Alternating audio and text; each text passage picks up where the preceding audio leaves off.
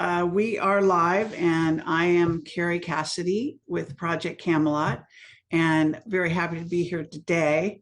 So I have Rebecca Renfroe with me, and she is an author and an experiencer, contactee, and she has got a book here, and I want to put her book on the screen briefly, and then we'll introduce her background, just so everyone is on the right page, so to speak.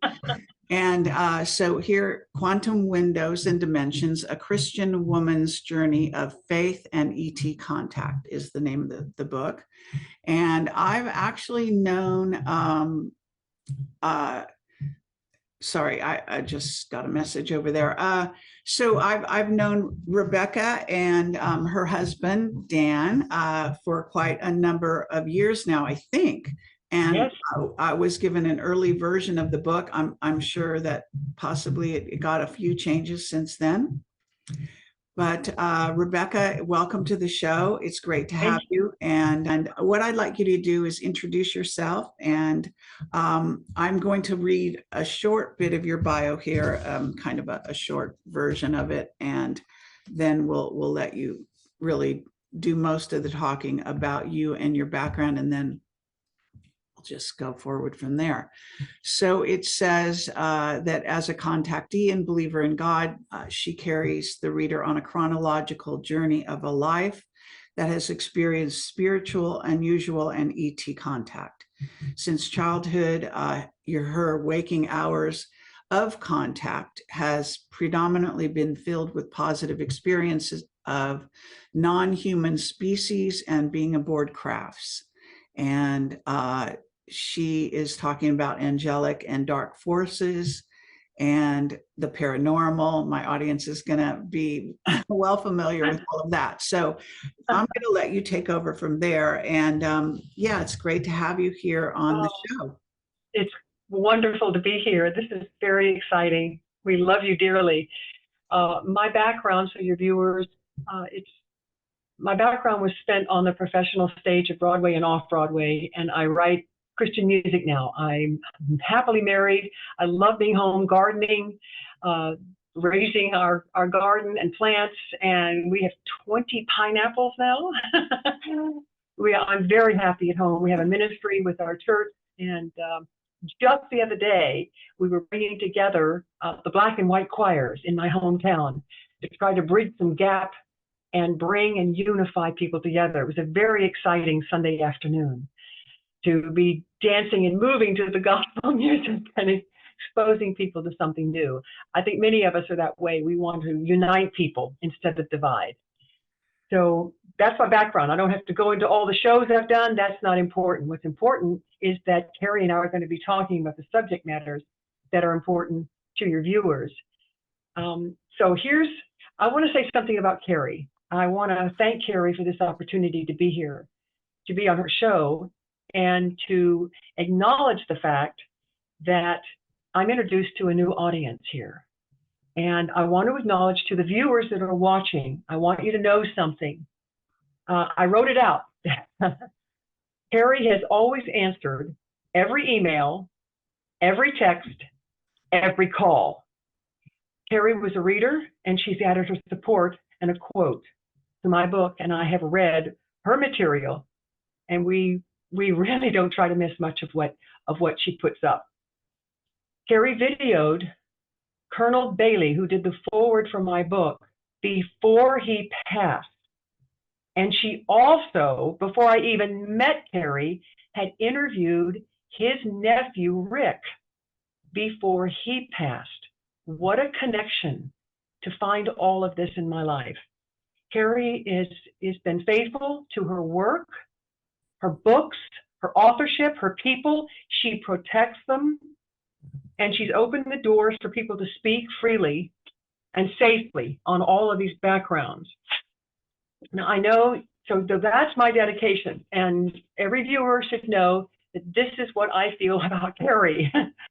So you have a wide variety, Carrie, you have of listeners that are open to discussion because you pushed us, including me, to ask the questions and connect the dots.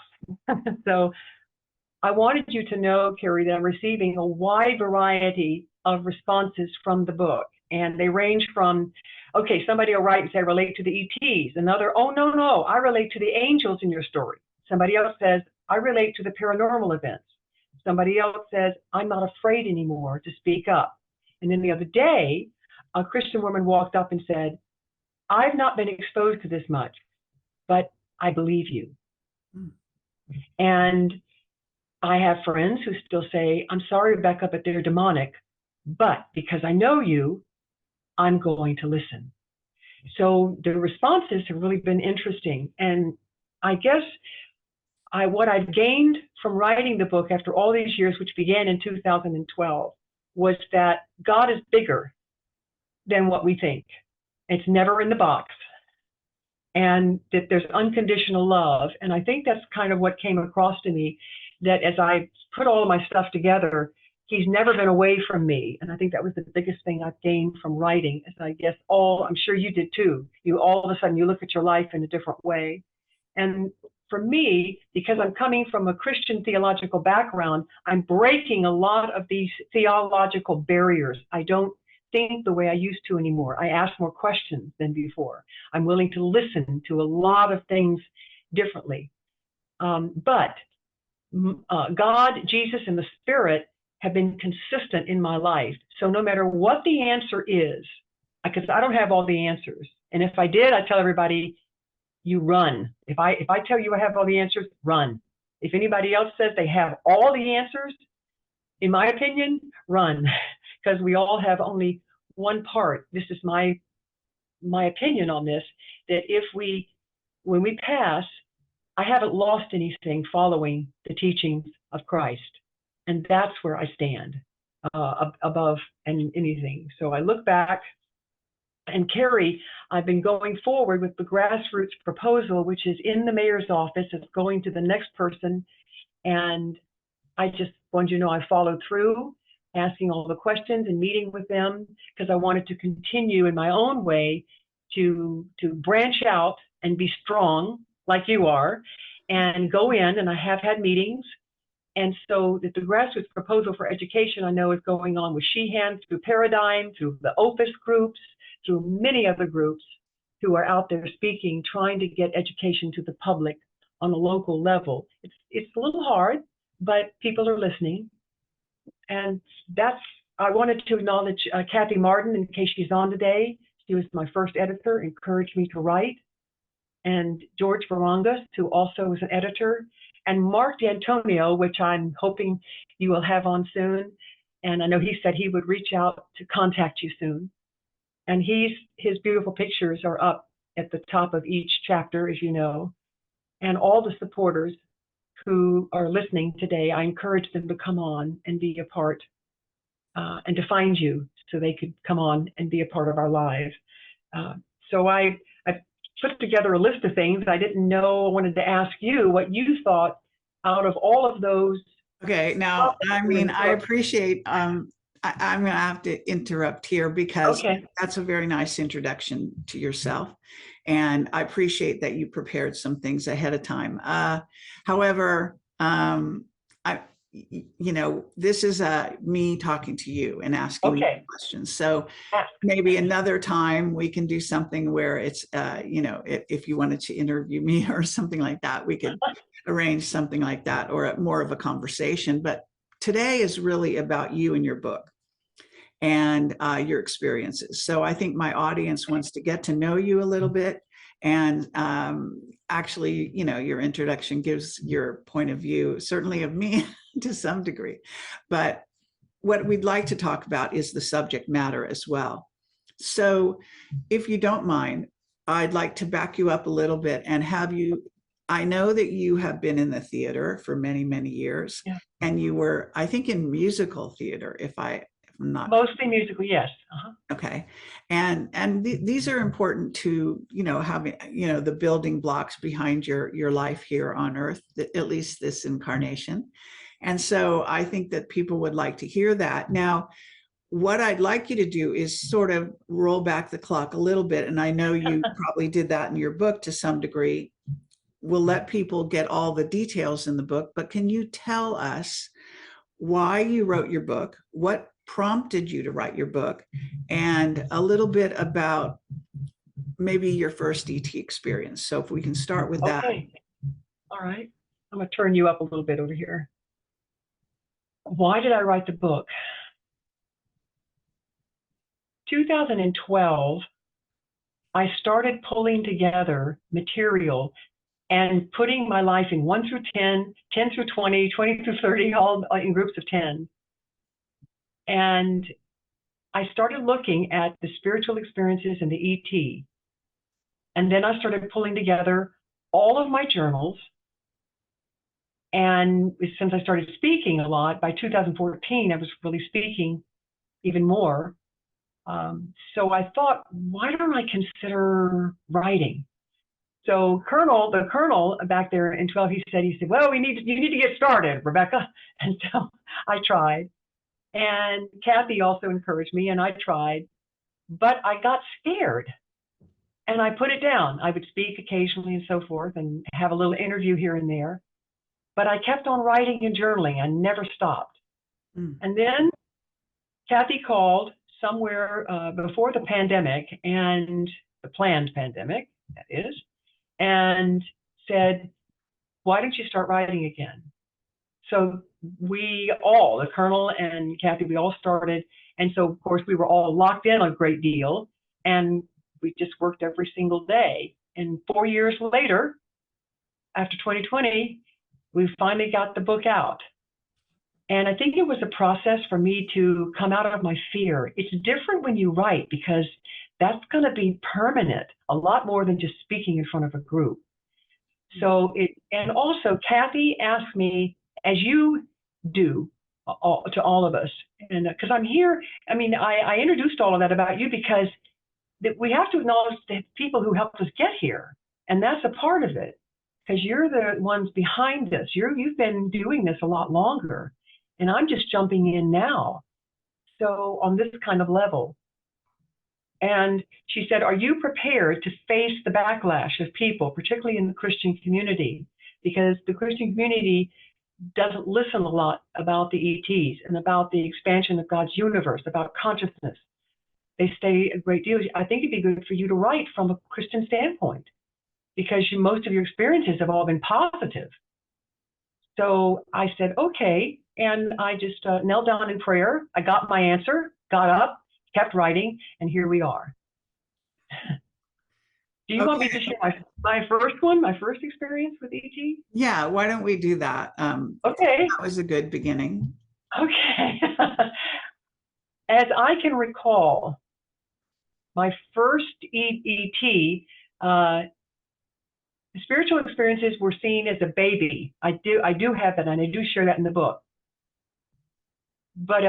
But my common denominator in terms of an ET, which is called the friendly one, tall goldens, very much shaped like the tall grays, but of a golden color, began at 7. And I would know when they were outside in the back field of my home here in Florida. And I would stay dressed. And I had a bunk bed in this small room, and my sister slept on the top and I was on the bottom. And you could unlatch and just push the screen out, and I'd step right down to the ground, and I'd stand there and I'd wait. And then because I initially would always go out, first of all, thinking, oh, I'm going to go out back and play baseball like I always do, because I was very much a tomboy. So I would go to the back field and I'd stand next to the mound, and then I'd go, oh, that's right. I stayed up to meet my ET friend. And then now this process I'm going to explain, which still to this day doesn't make sense.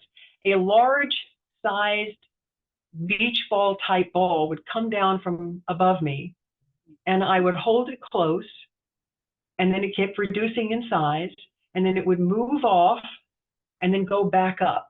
And then the ET would show, extend its 4 fingers, take my hand, and we would go through this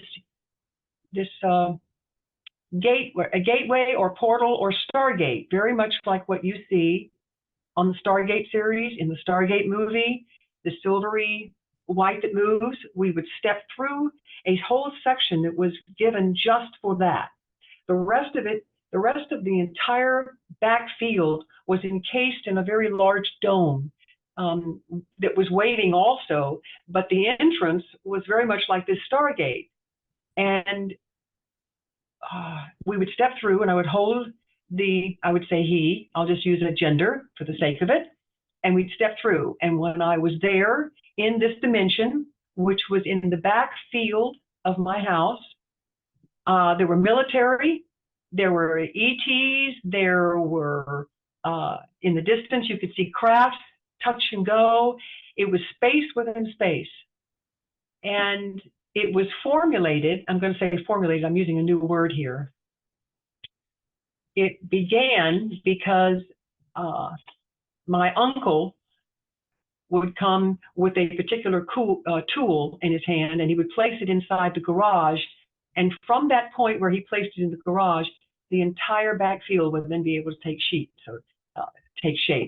And somehow that tool had something to do with formulating that ability. That's beyond me technologically.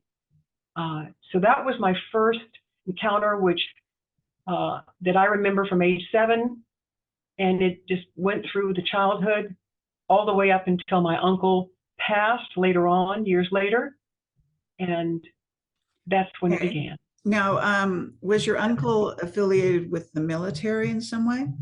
Not that I know of. I really don't know a great deal about it. Do you know why he was the person who was involved in this, your ET experiences? Do you know why? No, only that when he would visit, he would draw pictures of me, and he would take me to places, and I talk about that in the book. Okay. And that when I would observe him walking, one time I remember I was on the swing. I had my kitty cats in my hand, and I was swinging, and because he would always come over and visit everybody in the family, and he would do repairs. He would stay with each member of the family, cousins and regular family as well. So he'd go anywhere from Texas to Georgia to Florida and travel around. Everybody thought he was a drunkard because he carried around this bag, and they said, oh, he's got his alcohol in the bag and he's a drunkard. Well, he carried around the tool. When he visited us, it was the tool. So he would walk about 4 inches above the ground. He's tall and lanky, and then one day, this is a very good question you asked, Carrie, because one day I remember looking at him, and it was before all of it ended, and he said, are you enjoying your visits? Are you enjoying your travel? And, growing up and so forth. And I said, yes. And then his face changed into the face of the ET. Oh. So either underneath, he was showing me a part of what he had in his own DNA, or either my uncle had an ability to shapeshift. But it wasn't fearful. It kind of threw me for a loop because I had never seen his face change like that. And okay, now you say he walked 4 inches off the ground. Yes. Did other people see this, or was this your sort of? That's all. I don't know if they did. They never told me. You never discussed it. No. Okay. So that's kind of fascinating. And it was in terms of your family, because I know that you were friends with was it the general? Was it, I forget, it was the general, or the father of the contactee. Do you understand the person I interviewed? Well, I interviewed both of them. I forget his title. Colonel. Oh, Colonel Bailey. Colonel, yes, sorry, okay. Colonel Bailey. Sorry, I'm bad with military terms. So okay, so the colonel, he was not a relative, right? He was a friend. No, I met him in the early 2000s. That's when we officially met. Okay. Yes. And so the reason I ask about, because you said there was military in the background of the picture that you were seeing, there was a 2-star there who would observe. And I'm just wondering, was your family affiliated with the military? Because you were quite young then you were 7, right? Right. So do you know why the military, were you familiar with the military? Was that some, usual, or did it make you feel comfortable, or? do you have military in your family is what I'm asking. Yes, yes, my father, my Okay. uncle died, Uncle James died on the battlefield, and my Right. father was, and I do include him and a part of his story in the book. When I Right. begin in chapter 2, he was a lieutenant colonel, and he was Okay. an engineer, and so he has a whole background, and I do talk about that All a right. little bit. And was your mother in the military or not? No, she was a homemaker. Okay. I So all right. So this is was at born on the base. seven. I was Sorry, born on the base. I was born on the base at a Fort Belvoir, base. And what base was this? Fort Belvoir in Virginia. Okay. All right. And so when you were growing up, did you have brothers and sisters, or is it just you? I had a brother, and I talk about him in the book. He died of cancer at 11. Okay. Mhm. So I'm And I have two other sorry. sisters. I mean, I don't remember the details, to be honest, of That's your book okay. because it's been so long, so it's actually kind of good because then I can ask you these questions from the audience. So, all right. So you had this initial, this is the first ET experience you remember. It certainly sounds as though you might have had other experiences before that, but you don't remember them. Is that correct? I am remembering them now, but I don't go into them a great deal in the book because my focus was on just some of the selected stories. Because I'm now open to looking at where we came from, because I'm willing now to look at the fact that we may be seated here. It still doesn't take away from Creator. It still doesn't take away from Jesus Christ for me. But I'm willing now to look at the fact that all of this is connecting in ways to where I'm going. I believe because I've had visitation from the Pleiadians who told me to come home, I was given a choice to stay. So I think there's a lot more going on than even I can even imagine. I just try and focus on where I am and what I'm doing right now. And I made a decision to stay because I believe it's important that we pray for our planet and we do what we're assigned to do. Sure.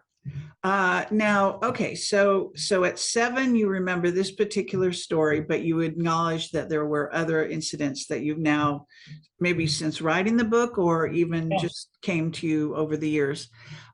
So, and one of the things you say in your description of your book is that they're all predominantly positive. And do you have a thought about why they're positive, or what your take is on that? How did that be, how was that conveyed to you that it was a positive experience each Wow, time? that's an excellent question because I really thought about that a lot. Thank you for asking it. I think it's because I have been, mostly that I've seen in my life writing the book, was that I've been given a choice. I was given a choice A to choice. go or not to go, to Oh, experience something or not to experience something. And the okay. things that I partially remember that may be traumatic for another person are things that are coming back at a slow rate. I do have something to which I am not able to download all the information. It had to do with a college experience. I talk about it in the book. And so I think it's because I was given a choice, Carrie, in answering your question, predominantly positive. And so I stayed that way in the book. There are a lot of things I could have shared that are not that positive, and I mentioned them, but I don't go into them in depth because I don't understand it all yet. So That's, I fine. okay, Yeah, because when people write books, it's not, it's that this is your first book, right? yeah.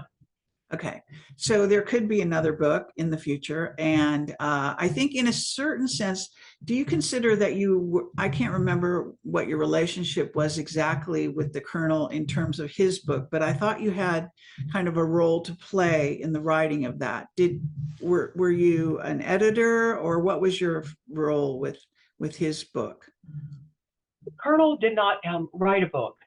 He yes, he did. He wrote one. Yes, Oh, and I have to yeah, read. I have Yes, a he book did. from. He did. I'm sorry. You're right, Carrie, because I'm not supposed But to I talk guess about he the didn't person in it. publish Right. it. Is the That's the correct. issue? Okay, He would only send it to people that he knew he could trust. right. because his Right. book is actually really fascinating, so it stayed in my mind. Yes.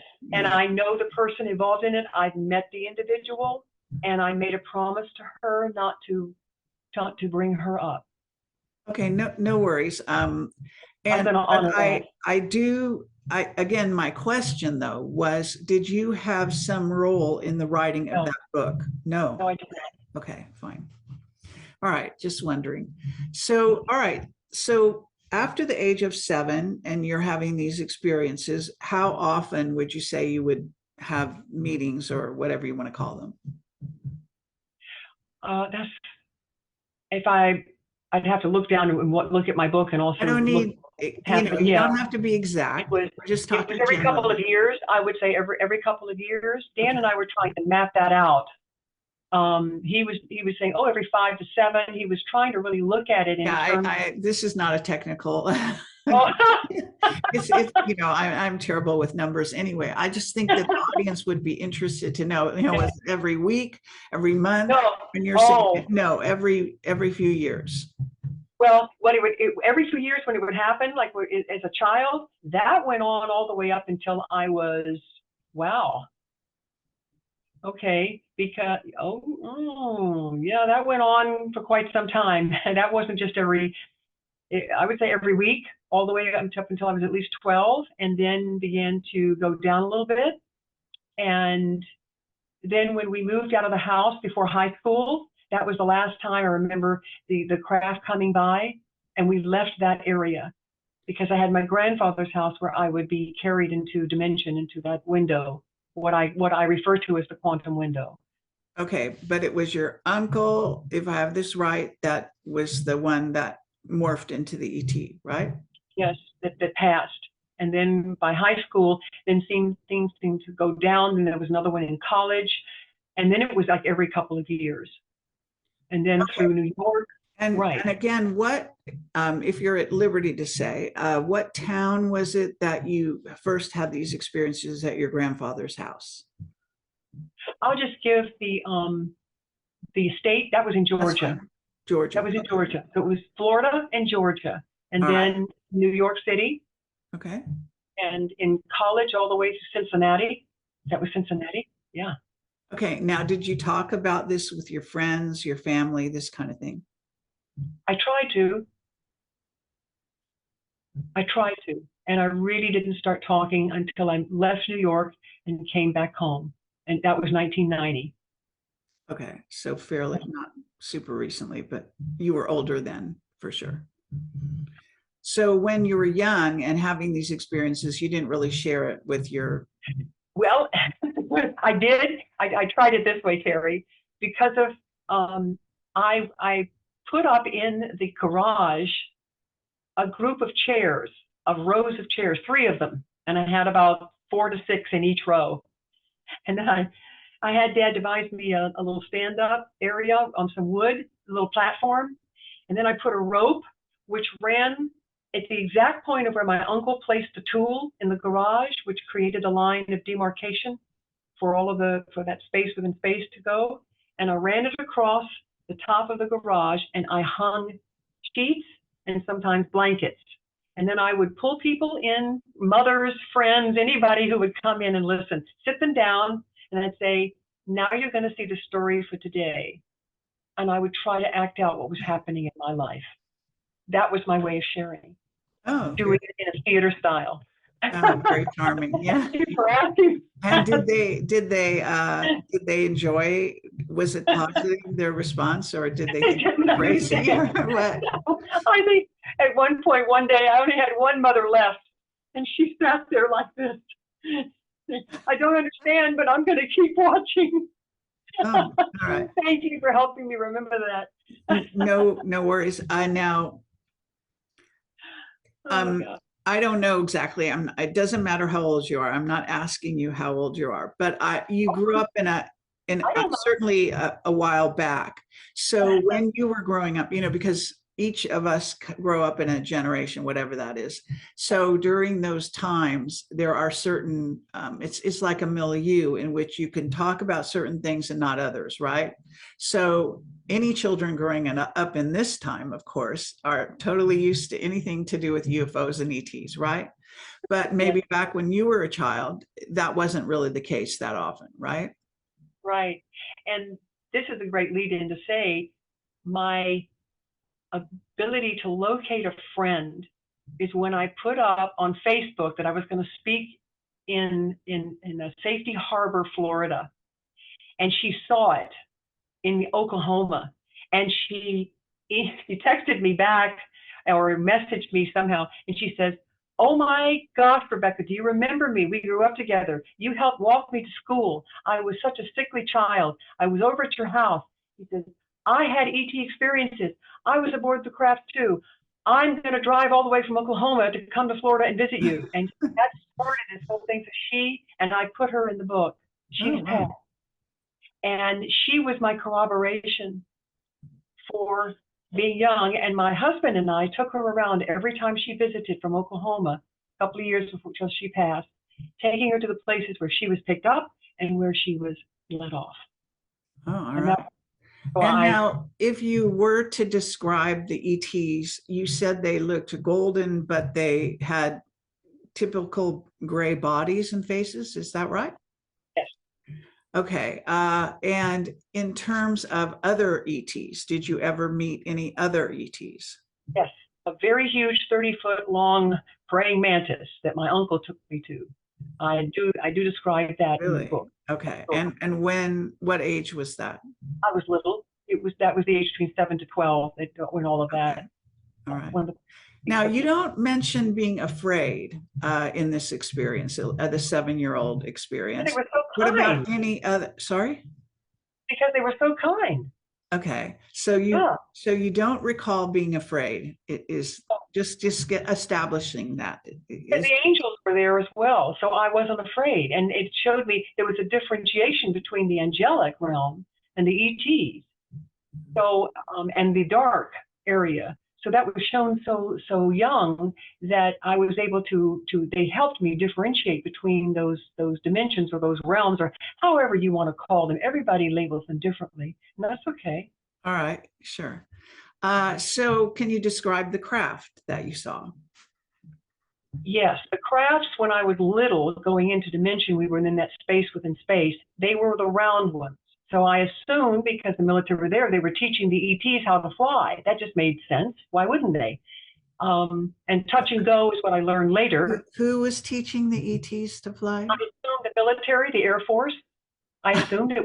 Why? I mean, that sounds a little absurd. I'm assuming that the ETs were teaching the Air Force how to fly. That it was the Air Force. Okay, that makes a little more sense. Okay. Oh, did I say it backwards? I'm getting excited.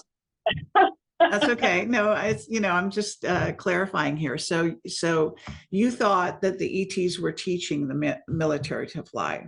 And this was your thought when you were around 7 or between 7 and 12, right? Yeah. Okay. Now, in terms of this area of the state of Georgia, were you close to a military base at all? Fort Benning. Oh, that's another section where I grew up as well. And how far away is Fort? I mean, you don't have to be too specific because I get the impression you don't want to reveal the city, but can you say just vaguely, within 10 miles. So relatively close. Oh yeah, because we were there. I had an uncle who was there, and my cousins were there. So I grew up there with dances. We went to see things.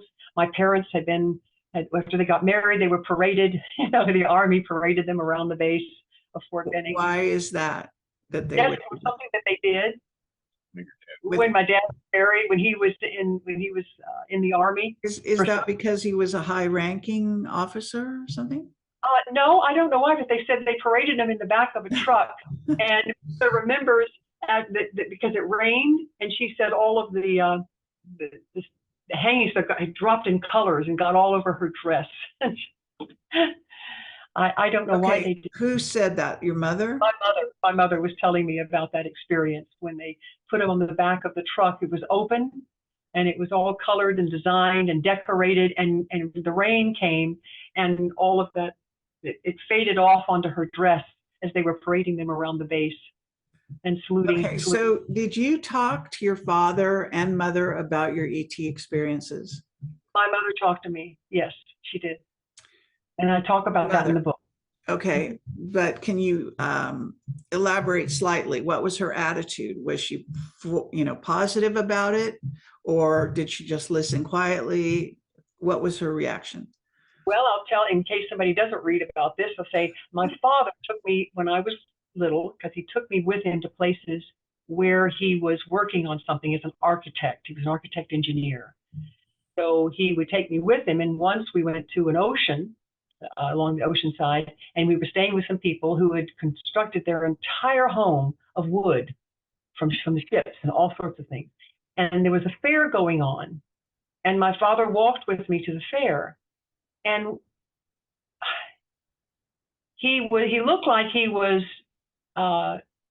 hypnotized as we were walking. He was taking me to meet some reptilians.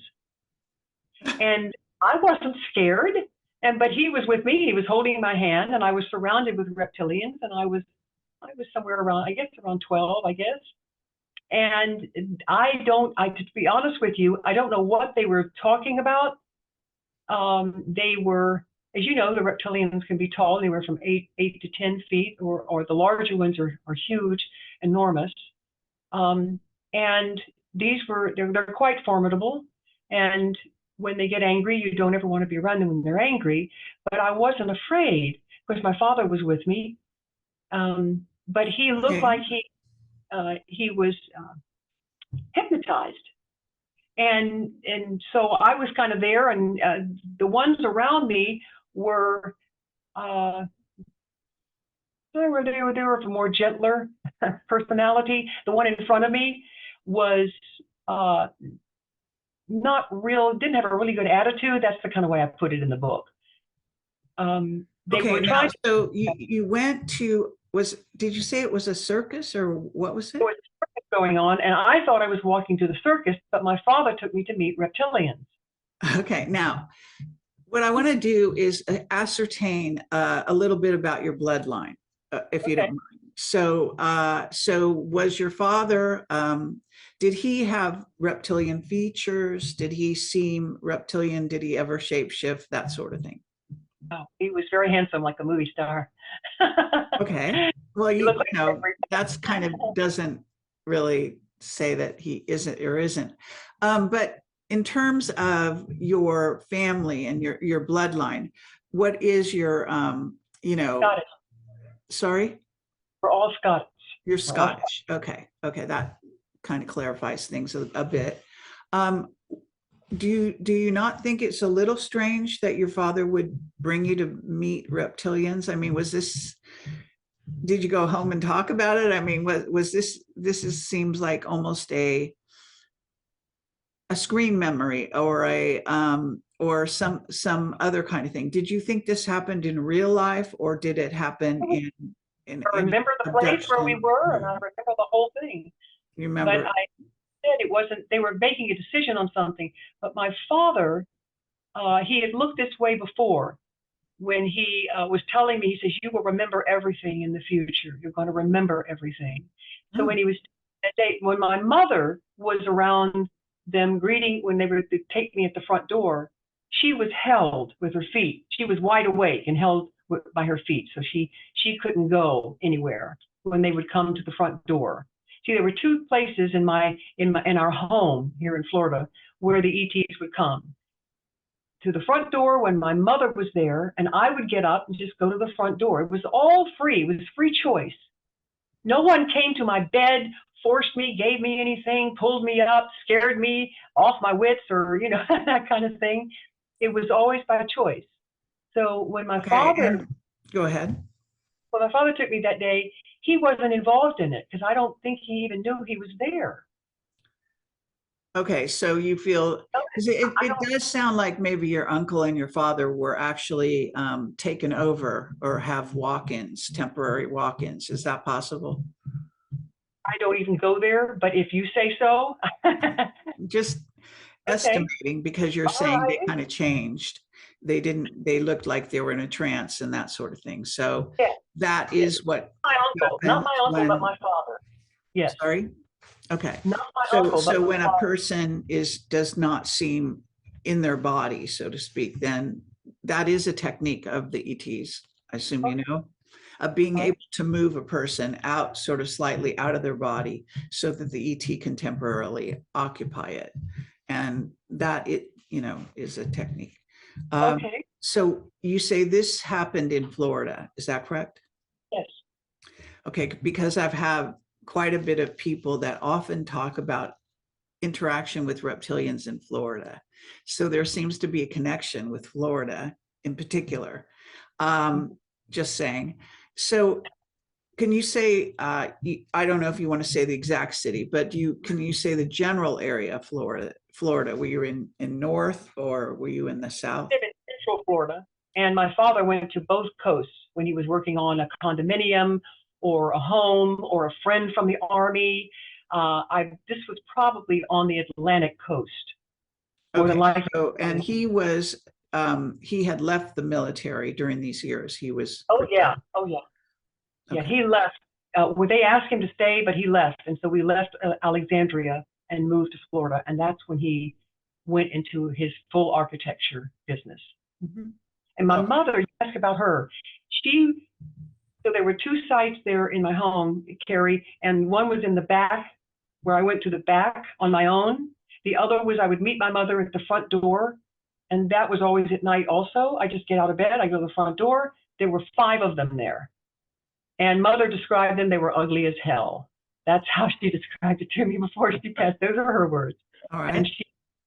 she was a real sweet Southern belle, and she didn't talk like that, but she described them. And I And think it's because they were figures that were unfamiliar to her and not pleasant for her because they showed their faces and as their different species. And I wasn't afraid, and I went. And okay, they would, now yes, in the normal course of the day, did you and your mother discuss these experiences, or did she not remember them?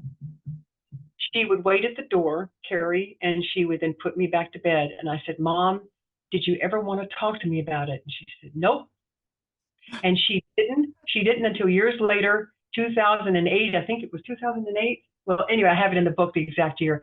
Okay. She had her sighting with a Navy officer's wife right near the home, and where I eventually took care of her because it seemed to have a path, like a ley line, where they would come over. So she saw it, and so did her friend with her in the car. And she was so angry. She called MacDill Air Force Base every day. I talk about this. She called every day in the week for a whole week.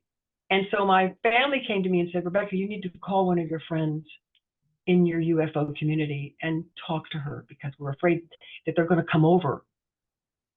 And so I did. I called Stanton Friedman. He got on the phone with my mother, calmed her down, and we never had a problem afterwards. She never picked up and started screaming at them. She said, "You need to do your job, educate the public, blah blah blah." Really? Okay, that's fascinating. Okay. She was mad. So did you ever see your father and mother talking about this subject? Not my father, but my mother, with the caregiver and my husband before she passed. So And this would be later years. my husband actually recorded her, and her last statement, uh, did you ask her or was it the caregiver, where were they from, Rain? And she said, outer space. That was the last words in Sure. the interview. Yeah. Okay. Now, do you remember that, like you said, they met you at the door? Then where did you go? And this is really good because I'm willing now to take a look at these 2 ends, Georgia and the 2 places here, growing up with all of this. I believe the front door had to do with time. Mhm. The back had to do with learning how to use your gifts because they would teach me how to jump off things and I would float to the ground, but you had to do it, you had to calculate. There were different experiences that they would teach you. And that taught me the difference between your spiritual gifts, the ET, what they teach you, and your regular gifts, like you sing, do you dance, are you good with math, are you good with science, are you a good reporter? Yes, yes you are. So I learned to differentiate that. Okay. Now, in terms of your sort of trajectory, having these experiences, did it make it more difficult to connect with other people, or was, as you were growing up, because you became a teenager within the situation, and most people don't find it that easy to tell other people about the experiences. I get the impression you maybe didn't, but did it present problems for you in your life growing up, and then going into theater, and then getting a job, or however you, because I don't really know your trajectory, but you know what I'm saying? Were there problems as a result of sort of quite a heavy amount of ET contact? Twofold, yes and no. Okay. It was easy because my spiritual gifts and the ETs they were separate gifts. So for my parents, they acknowledged the fact that I had dreams and visions and knowings and was an intuitive. So because they believed that the Word of God said, there's gifts of discernment, word of knowledge, healing, they accepted everything. So if I came and I said, don't get on that boat, don't get on that train, don't take that flight, please don't go out tonight, la, la, la, whatever it was, my parents would then say, okay, do what Becky just said, and we're not going to do such and such. And that was learning. They did not close the door. They did not say I was crazy, anything. So that made it really good for me. The other side was trying to tell people about the ET was difficult because from an early age, my sisters would say, what's wrong with her? She's throwing her head against the wall. She's trying to talk to us, and da da da da. And that was the difficulty. They could accept gifts, but it was harder to talk about the ETs. That's the hard part. Okay, so you said, now I have to pause you here, because initially when I asked you if you had brothers and sisters, you said you had a brother, but you didn't say you had a sister. So you also had a sister. 2 sisters I have. Still 2 have. sisters. Okay. Yeah. All right. Maybe you're nervous or something, or didn't think about the answer to that question, right? That's a little strange. Now, do you have, because what it sounds like, myself, just let me say, because this will make these questions more understandable to the audience in context. I have had my own ET contact since I was a child. So ET contact, such as you're describing, is not shocking to me at all. Needless to say, also, I do a job like this, but nonetheless, what I'm saying here is that I'm curious, because what you seem to be doing a little bit is changing timelines and dimensions, and not always sure of which reality you were in. Am I mistaken in that, or did that start to become apparent? It was never a problem because it seemed natural. It seemed like a natural thing. So as I grew up, to answer that second part of your question, when it became a problem, is when I would acquire abilities, and I talk about this a little in the book. If you have an ability and all of a sudden it becomes dominant, say to turn things on and off, to be able to heal instantly, to do something, you go, wait a minute, I don't think I want to have that. In college, for instance, I'll give you the example. I'm sitting around with groups of friends, and we're all enjoying a respite from our rehearsal in college. And all of a sudden, bingo, I'm hearing everything before they speak, as loud as a microphone.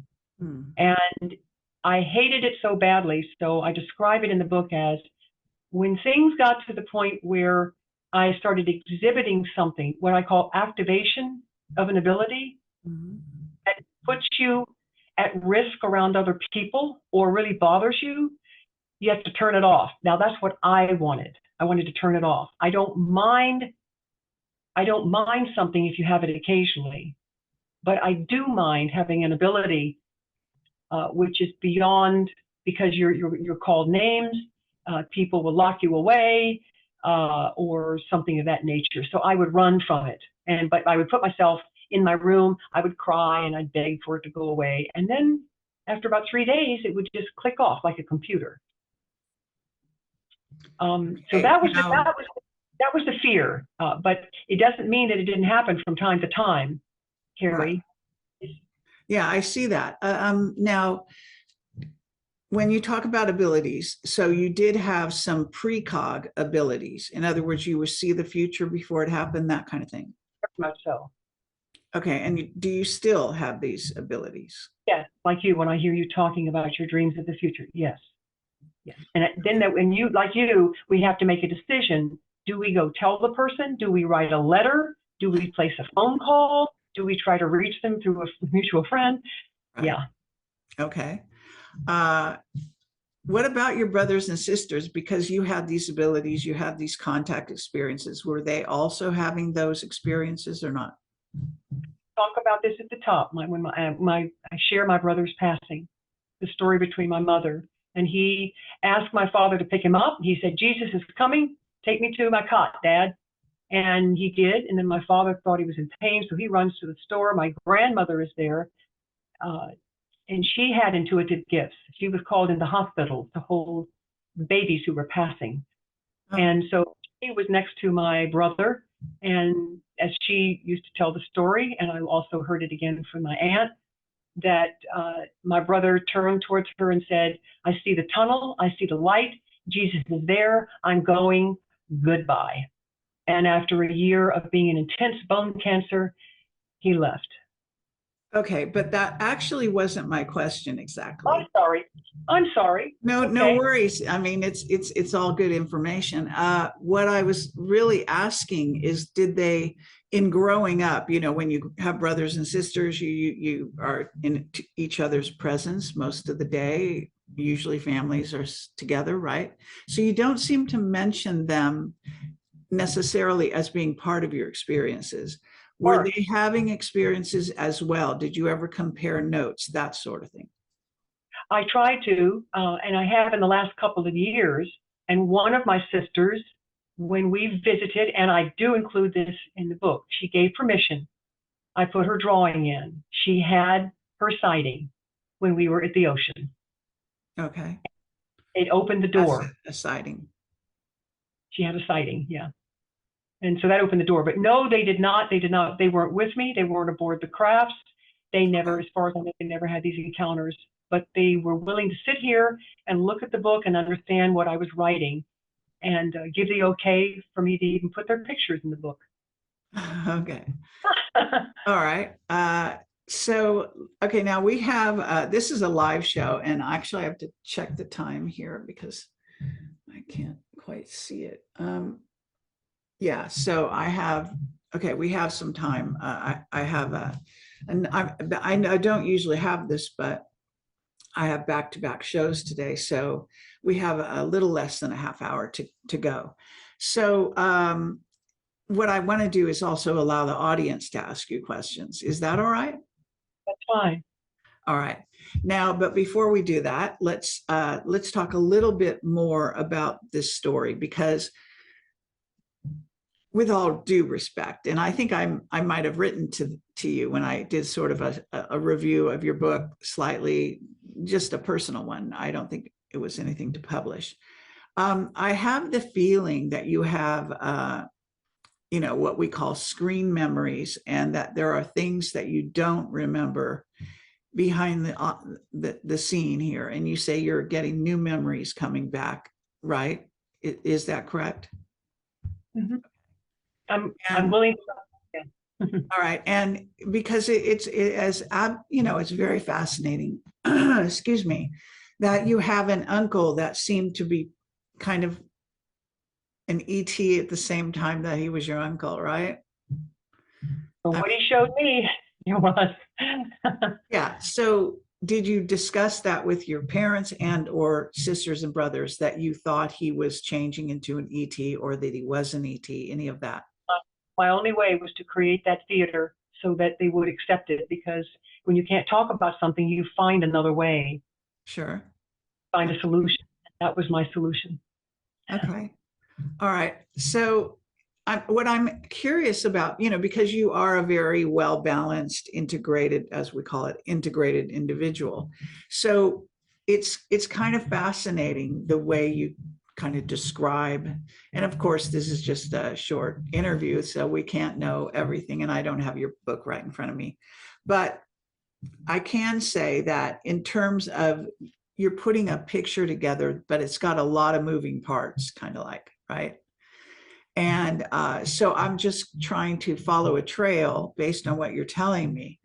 Is there anything in your experience that was a particularly bizarre experience or something out of the ordinary within the context of having these experiences all the time?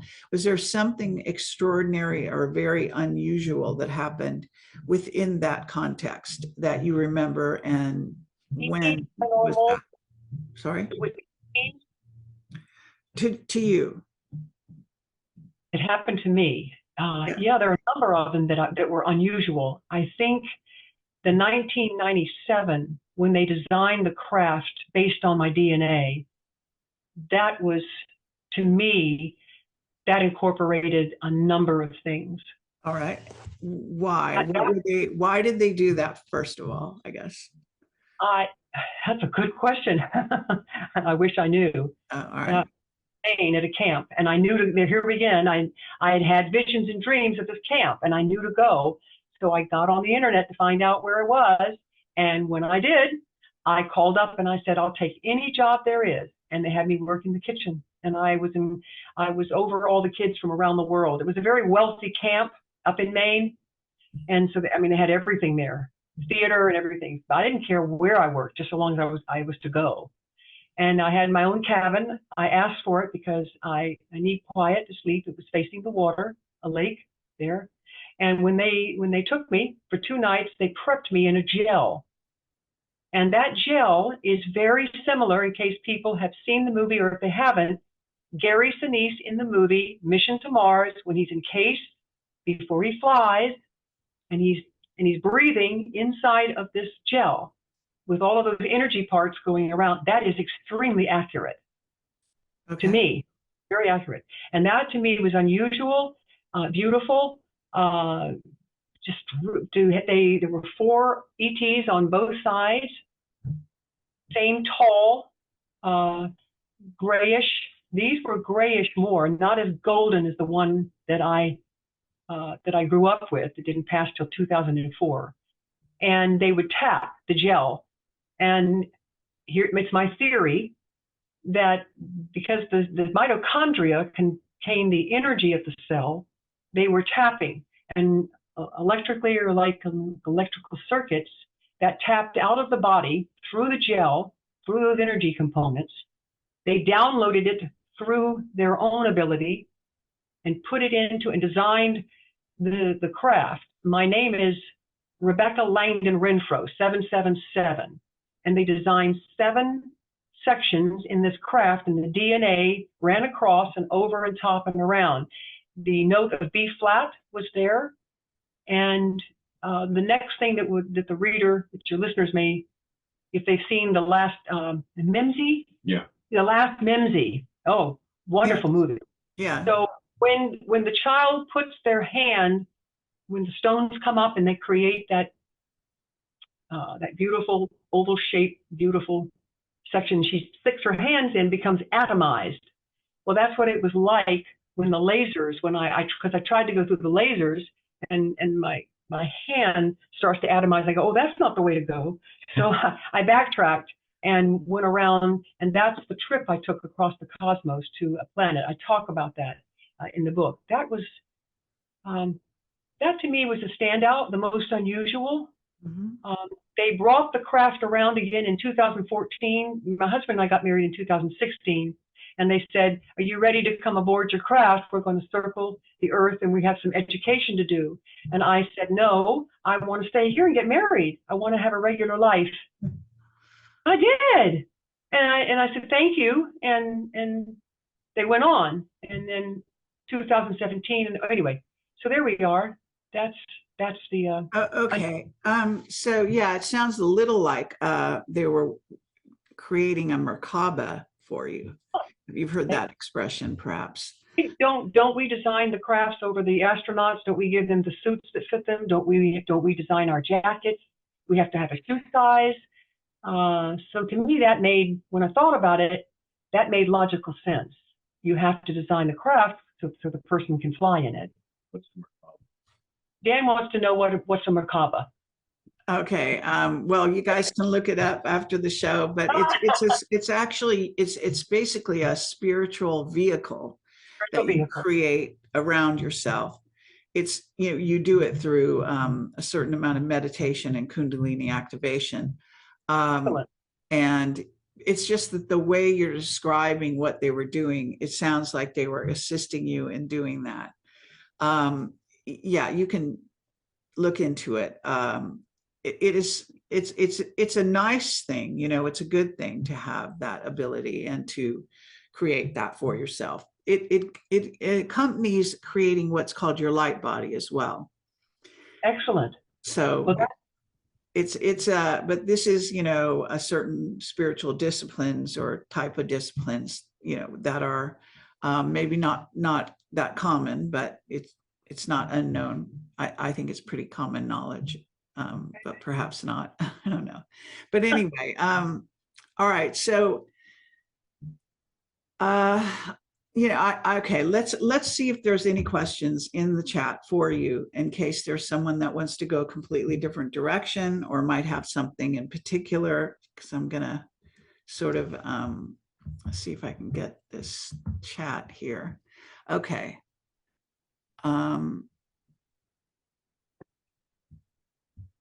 Not sure.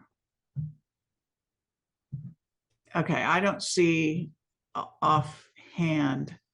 I'm looking for someone to actually put a question mark after their sentence so that I know it's a question. And so I'm just scanning this. Let's see. Okay, one person. Someone wants to know your blood type and something more about your genetics. So what is your blood type? Do you know that? A positive. Okay. And so both your parents were Scottish, correct? Yes, they were. Duncan on one side and Renfroe fell under the Duncan heading, which was the Donachie, which is supposed to be the oldest clan out of Scotland. Okay.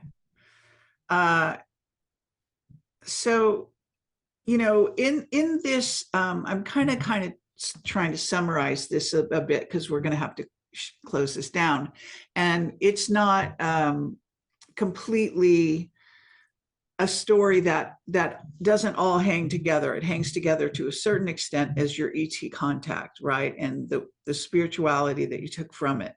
But in terms of your overall experiences, now I'm talking as an adult, because I know you're part of, it's all right to say you're part of Connecting Consciousness, for example. Yeah. Is that right?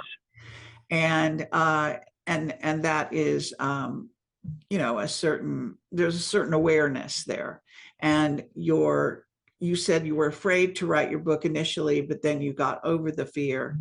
And I'm trying to get to the root of where you, because initially you're telling me you had no fear whatsoever, and you seem to have. You could dare me to do something, climb a tree, ride a bike, ride a horse, play baseball. That's what I meant, no fear. No fear as a kid. Yeah. But when I was asking the question, it was about your ET experiences. Fear came when I had an encounter, which I do not go into. I mention it in the epilogue. Okay. We have people and bad people. We have good and bad ETs. Sure. And encountering the bad, I did not focus on that in the book. I did have encounters with reptilians that it was not a positive experience. And the The worst one, so do you want me to talk about the worst thing that I was shown? It's really up to you, you know. Okay. All right, because we have cannibalism on this planet. We have trafficking on this planet. We have all these other things that are going on, harvesting, organ harvesting, Right. too. And in a sense, they have been using that's a portion of the story, which is in my opinion one of the reasons why it's taken so long to open up officially to the public.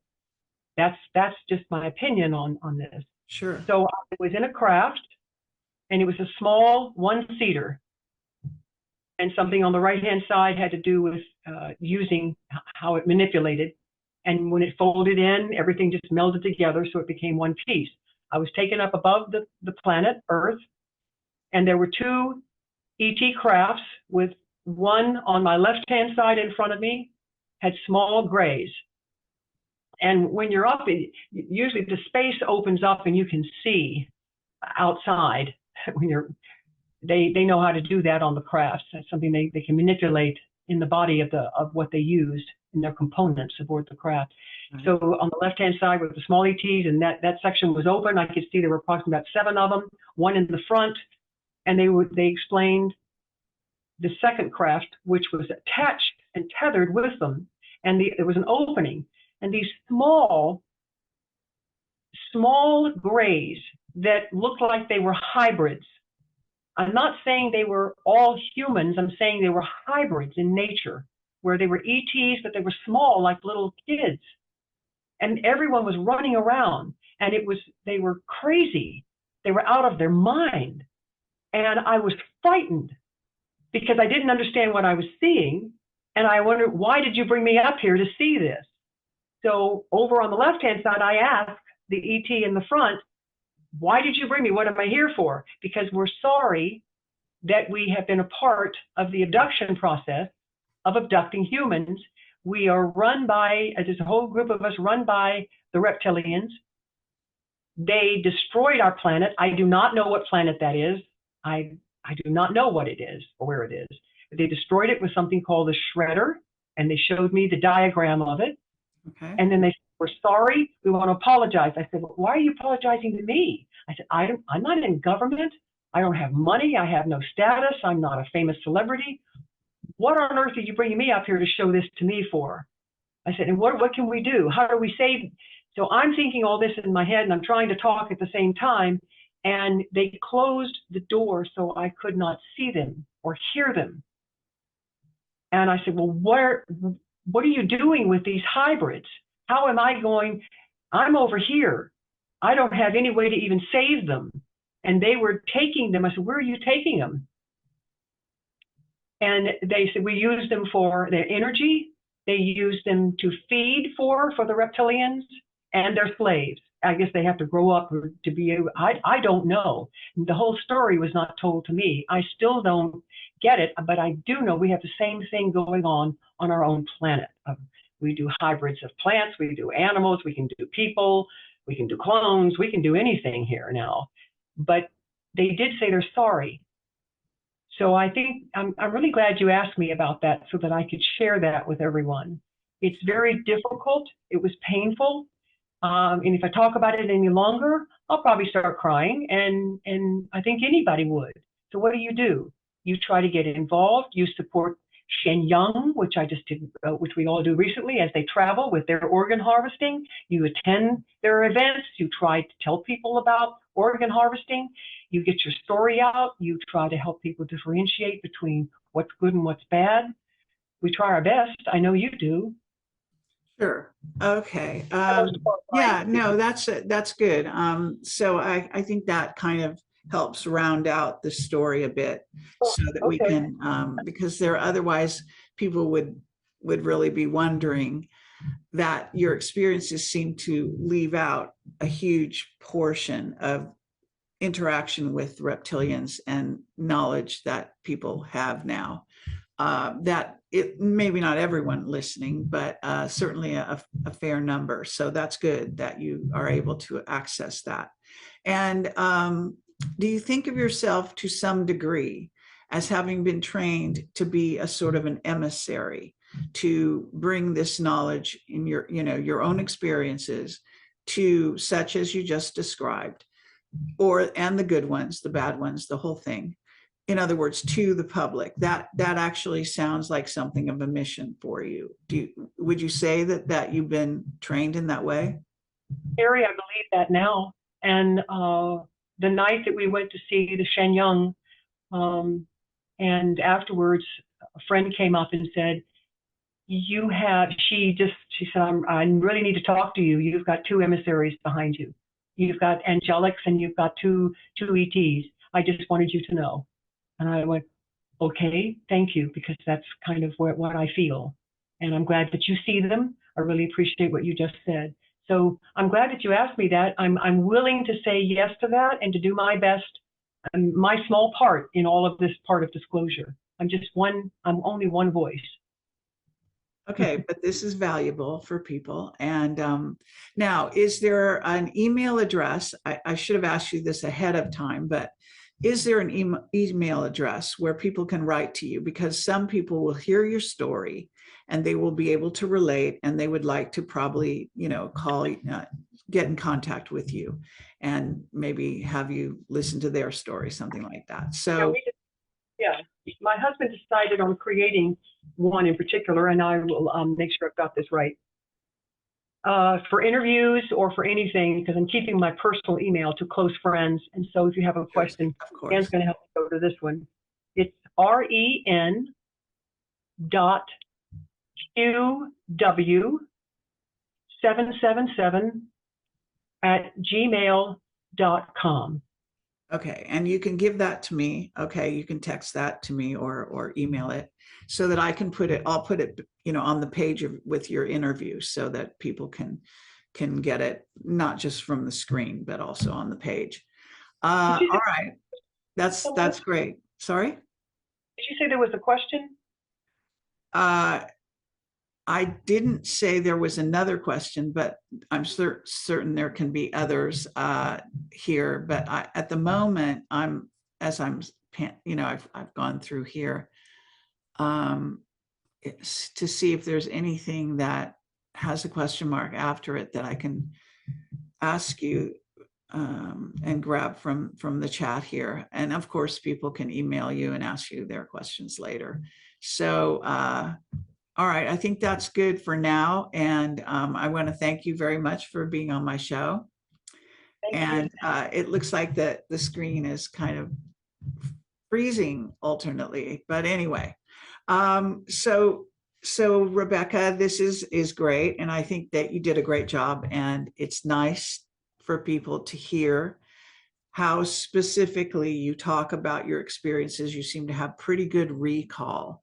I think that, again, that there is a lot hidden under some of these things because, you describe it generally, but we don't have exact, it's not like a narrative.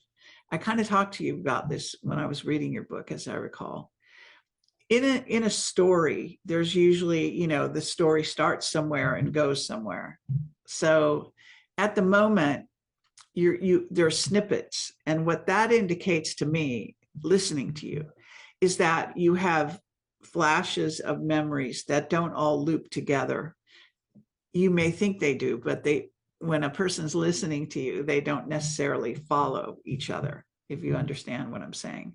So I think that will emerge more and more as you do this, and possibly the very experience of sharing with others in a public forum. So hopefully you'll do some more interviews with other people and stuff. Well, it'll start to come back even more and have a more through line as you go. Okay. So so thank you. It's fun to talk to you and listen, and it's quite fascinating. So I hope that people will take away some great stuff here. And maybe we can do this again sometime in the future. Okay. Thanks, Carrie. All right. Okay. Bye-bye.